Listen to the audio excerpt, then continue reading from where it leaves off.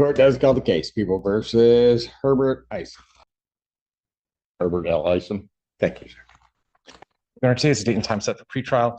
We are asking for an adjourned pretrial date. We understand that December 16th is the date that the court's giving. Well, I will give you a date. Okay. How much time do you need? I just was appointed, whatever the next available date is. December 16th. I'm not giving him that because he asked.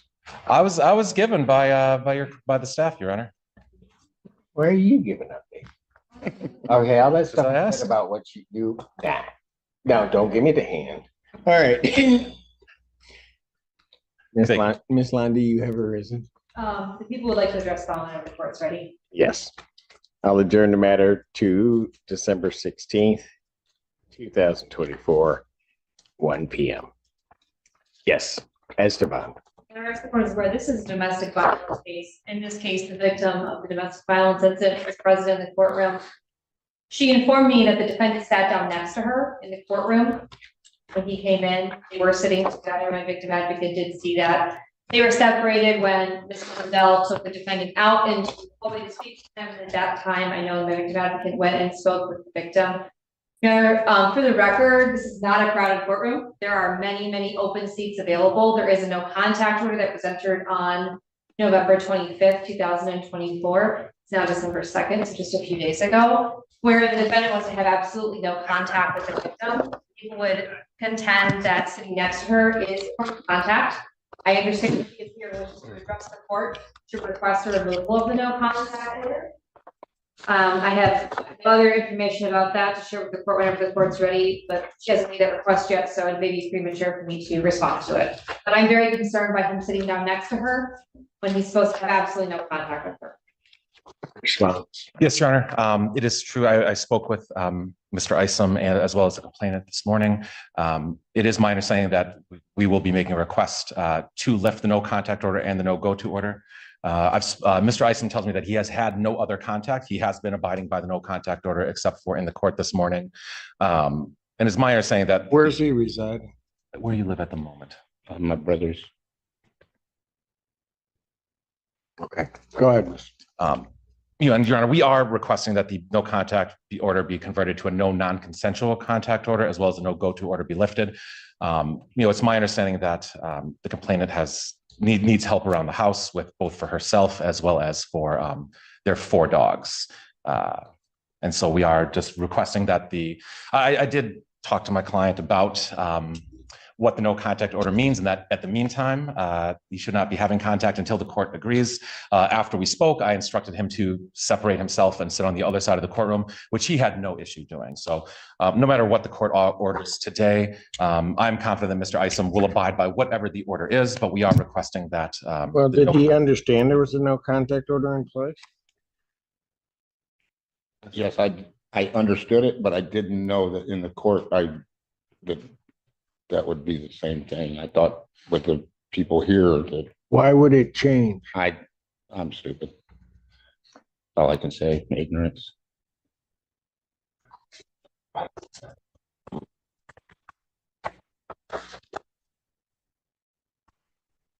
What street are you staying on right now?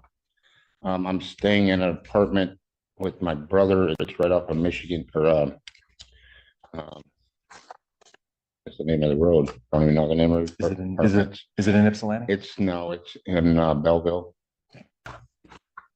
Well, I'm going to tell you at this time, sir, the best I can explain this to you, because I've had this other same incident occur just last week. I take the no contact orders very seriously. And when the court says no contact, that means no contact. I understand. Ms. Lundy, you wanted to say something else? Your Honor, I just will let the court know as well. I heard the defendant say a second ago that he was staying off of Michigan. I would note for the record that the address shared with the victim was also off of Michigan Ave. So I hope that he is being truthful when he says that that's also where his brother is. We did request a $25,000 surety bond. He was given a $5,000 PR bond. No electronic monitoring. And the defense has moved to change the no contact to no non-consensual contact. I know the court historically has liked to hear from the victim, and if the court intends to follow that procedure, I'm happy to place my concerns about that on the record after we hear from her, or I can do it now, whatever. No, I can hear from you afterwards. Okay. Okay, where is she? Come on, sir, have a seat over here. Hello. Good afternoon, Your Honor. My name is Donna Dennison, and I truly understand about the no contact, and I truly apologize. When he came into the court, I just scooted over so he could sit next to me. I didn't, like he said, ignorance. And I understand and I respect the court, and I duly greatly apologize. But me and the babies, we do need him to come home. He is our only care provider who takes me to my doctor's appointments. Well, and I'll let you go on and tell me everything you want, but let me just tell you this. I'm so sorry, Your Honor. No, but ma'am, understand it's not your responsibility. It just isn't. It's his responsibility. Plain, just full stop. All right, you could have scooted it over and give him all kinds of room. It wouldn't matter. He understands or should understand what the court's order is. Okay, so anything else you want to tell me? I would just please ask the court if they could let him please come home. We truly need him there. Okay, all right, thank you. Thank you, Your Honor. Ms. Lundy. Governor, in late 2023, the defendant was charged with domestic violence by my office, naming Ms. Dennison as a victim at that time. I believe he was arraigned on December 26, 2023, and given a contact order. And pretrial hearing before this court, Your Honor, on January 8, 2024, Ms. Dennison appeared, requested the no contact order be lifted. That case was ultimately dismissed at the time of the final settlement conference in February of 2024. And we're back here again, new allegations of domestic violence. I'm very concerned for the victim's safety. I'm concerned that the obligation of the no contact order, she feels on her. Obviously, we can't control how she feels and how she thinks, but the court is familiar with domestic violence situations, domestic violence relationships, and the shifting of responsibility that went on. So I'm asking the court maintain the no contact order. What was the never mind. All right. Go ahead, sir. No, I was anticipating what the court was going to, I thought I was anticipating what the court was going to ask. I just would add that the allegation in the police report is that this is a single shove onto a couch, is the allegation of the domestic violence. So the underlying crime that is alleged is fairly minor as far as in terms of the range of domestic violence cases that this court sees. And so I think that should be taken into consideration as well. Well, but counsel, there's also an allegation of destruction of her property.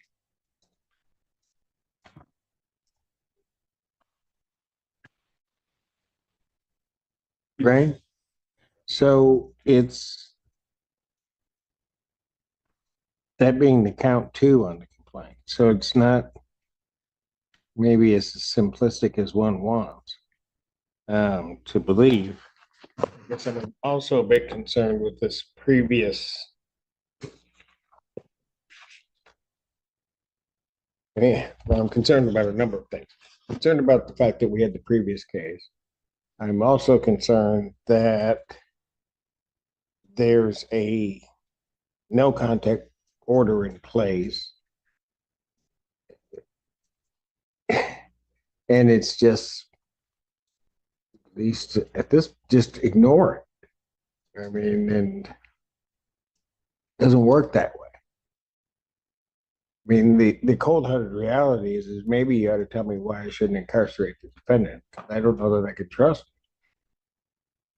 Your Honor, I mean, I think, given the nature of the contact and the fact that the complainant is here requesting, she came here specifically to request that the no contact order be lifted.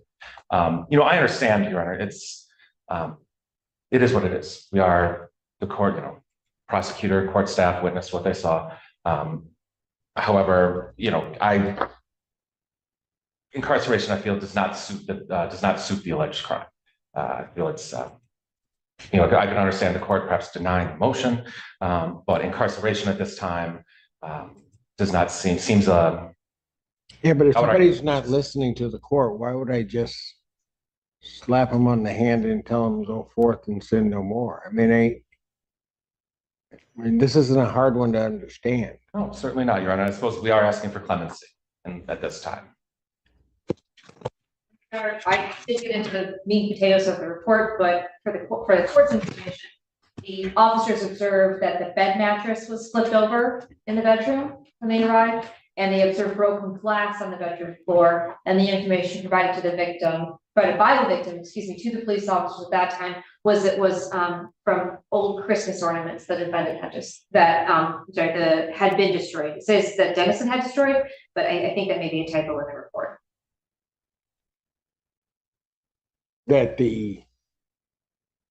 Say that part to me again. So the report reads that there was broken glass came from old Christmas ornaments that Dennison had destroyed. I think that may be a typo and may need to say ISOM. I think that just may be a typo, but that is what the report reads. And I want to be candid to the court. In that last case,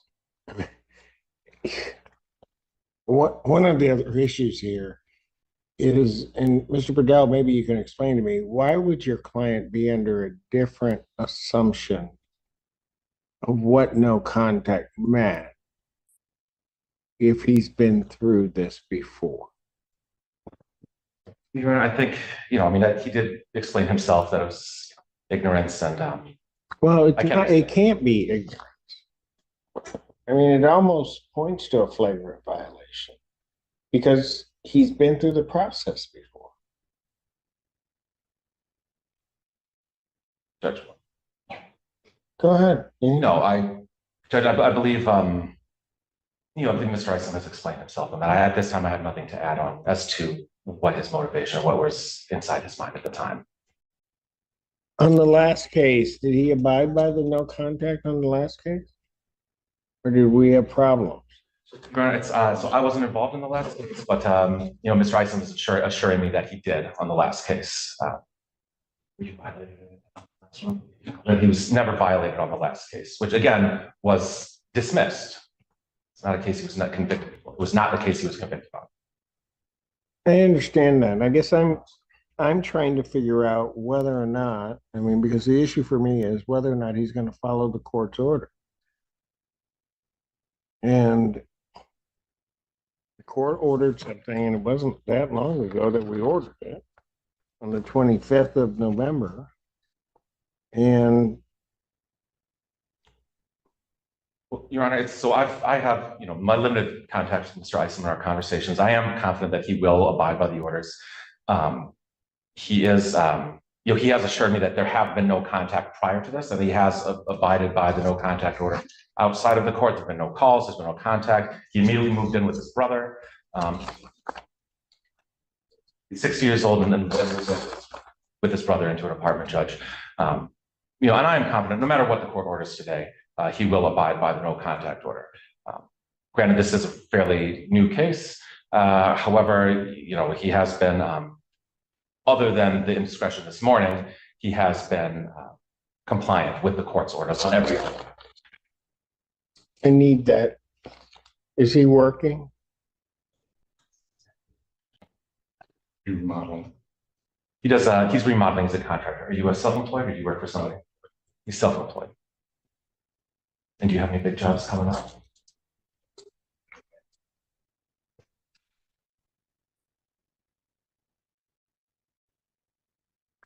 Salondi, was there something else you wanted to say? To give additional context to the question the court had about the last time I counted, and from December 26th to the request on January 8th, the defendant would have been on a no contact order for 13 days. And he would have been out of custody, so there's not a lot of time in there for us to know, and now we're here and it's been, gosh, not very long at all, 7 days since the incident, the arraignment rather, excuse me. So, and if people again would contend that this is a bond request.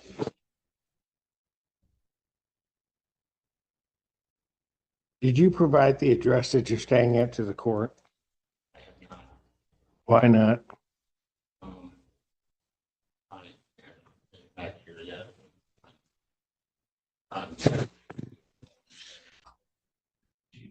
You know what? I don't know.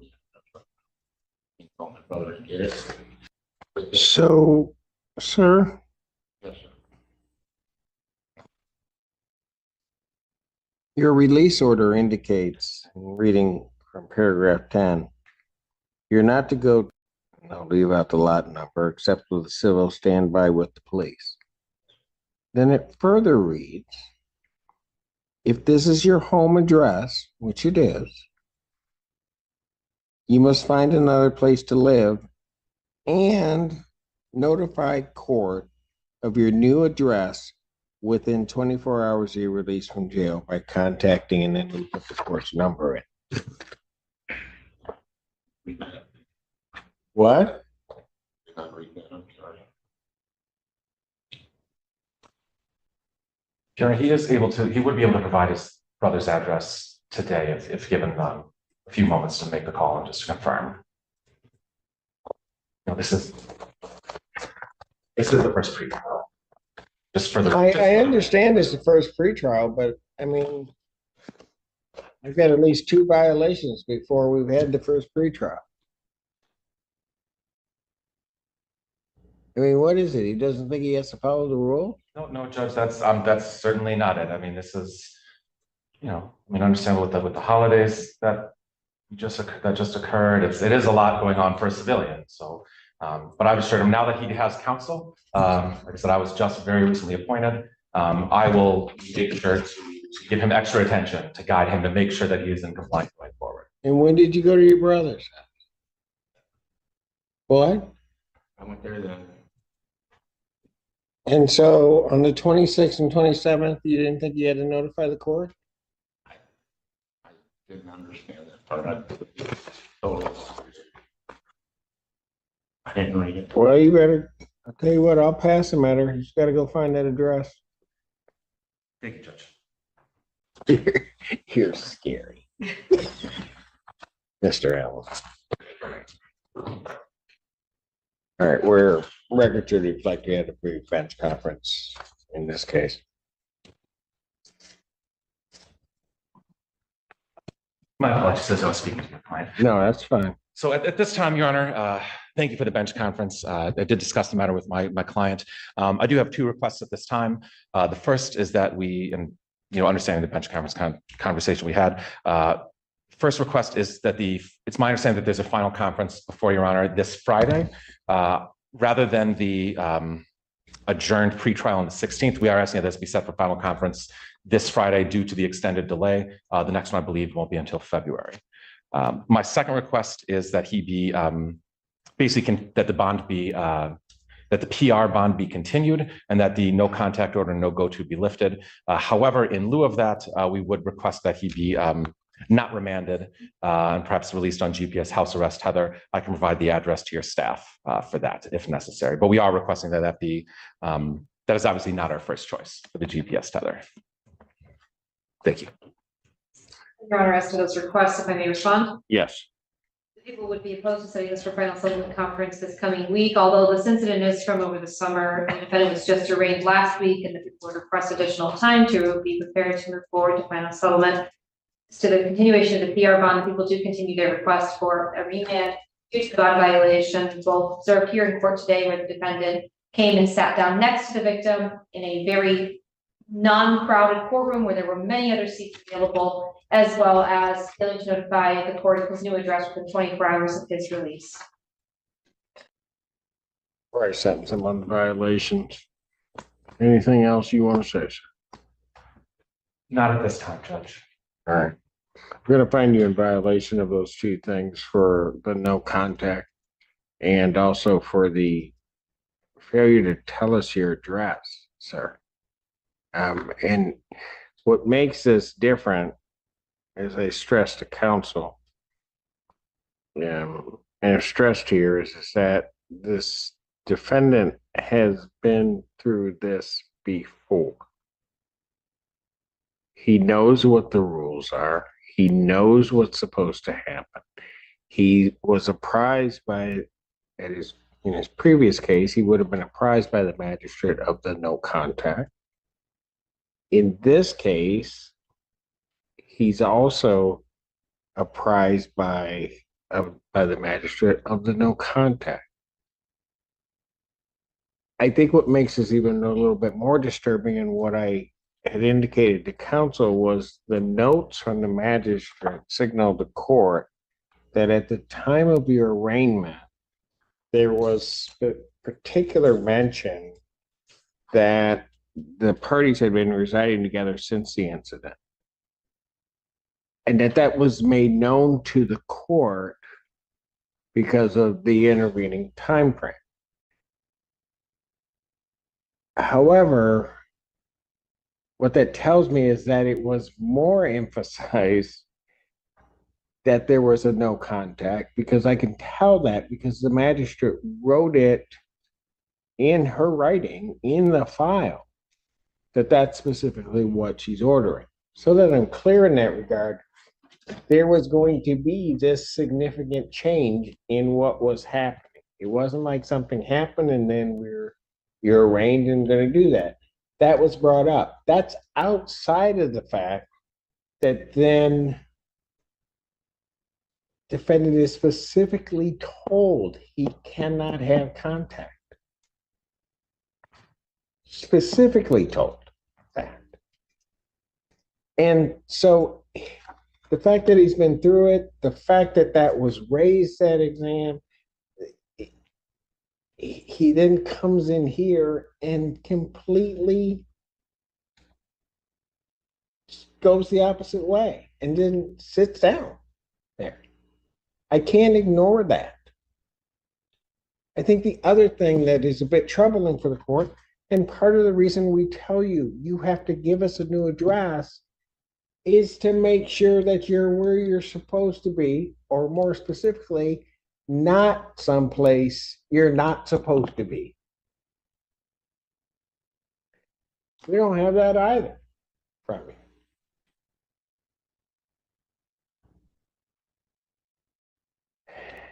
So what I'm going to do here is that the defendant will be placed upon a GPS tether upon release. I'm not going to make it home confinement, but I am going to sentence him to jail. I'm going to sentence you to 5 days in the Washington County Jail for the violations. On your release, you'll be released on a PR with a GPS tether prior to release. Defendant is remained.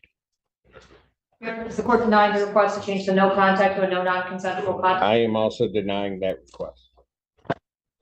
Those conditions apply while the defendant is in custody? Yes.